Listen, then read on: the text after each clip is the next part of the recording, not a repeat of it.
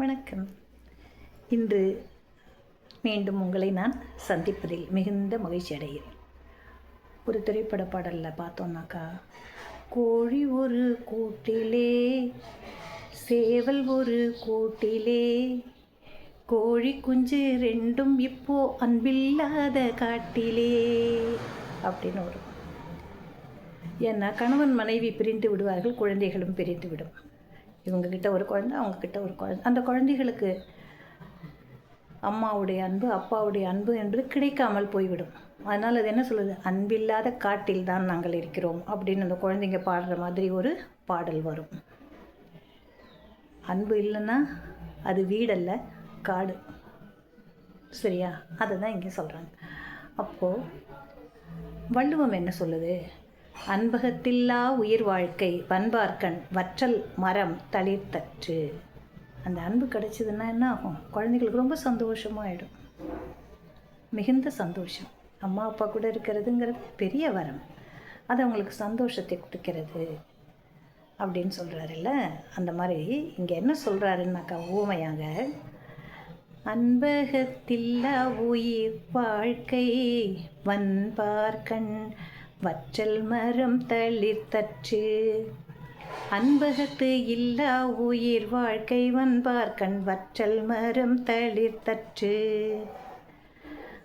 அகத்திலே, உள்ளத்திலே அன்பு இல்லாத ஒரு வாழ்க்கை, அது என்ன சொல்கிறது, உயிர் வாழ்க்கை. உயிரோட்டம் இருக்கணும்னா அன்பு இருக்கணும், அது வெறும் உயிர் வாழ்க்கை அப்படின்னு ஒரு மொட்டையாக ஒரு வார்த்தையை சொல்கிறார். அன்பு அகத்தில் இல்லாத ஒருவன் உயிரோடு இருந்தாலும், உயிர் வாழ்க்கை வாழ்ந்து கொண்டு இருந்தாலும் அவனுக்கு எந்த ஒரு மரியாதையும் இல்லை. அப்படி அன்போடு இருக்கும் பொழுது என்ன ஆகுது அப்படின்னா, வன்பார்க்கண், வறண்ட பாலை நிலத்தில் வற்றல் மரம் தளிர்த்தற்று. காய்ந்து போன அல்லது பட்டு போன மரம் எப்படி இருக்கும், தண்ணி பட்டா துளுத்துக்கும் இல்லையா? அப்போ அன்பில்லாத வாழ்க்கை பாலைவனத்து மரம் போன்றது. அன்பு இருந்தால் மட்டுமே அது செழிப்பாக இருக்கும். அது அந்த குழந்தைங்க அழகாக சொல்லுது பார்த்தியா, என்ன சொல்லுது, அன்பில்லாத காட்டிலேன்னு சொல்லுது இல்லை. அப்போது இங்கே நம்ம என்ன பொருளாக எடுத்துக்கொள்ள வேண்டும் அப்படின்னு சொன்னாக்கா,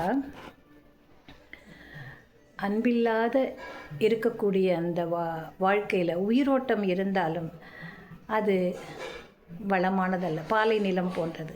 ஆனால் அதுவே அன்புடைய நெஞ்சமாக இருந்தால் அது வற்றல் மரம் துளிர்த்தது போன்றது.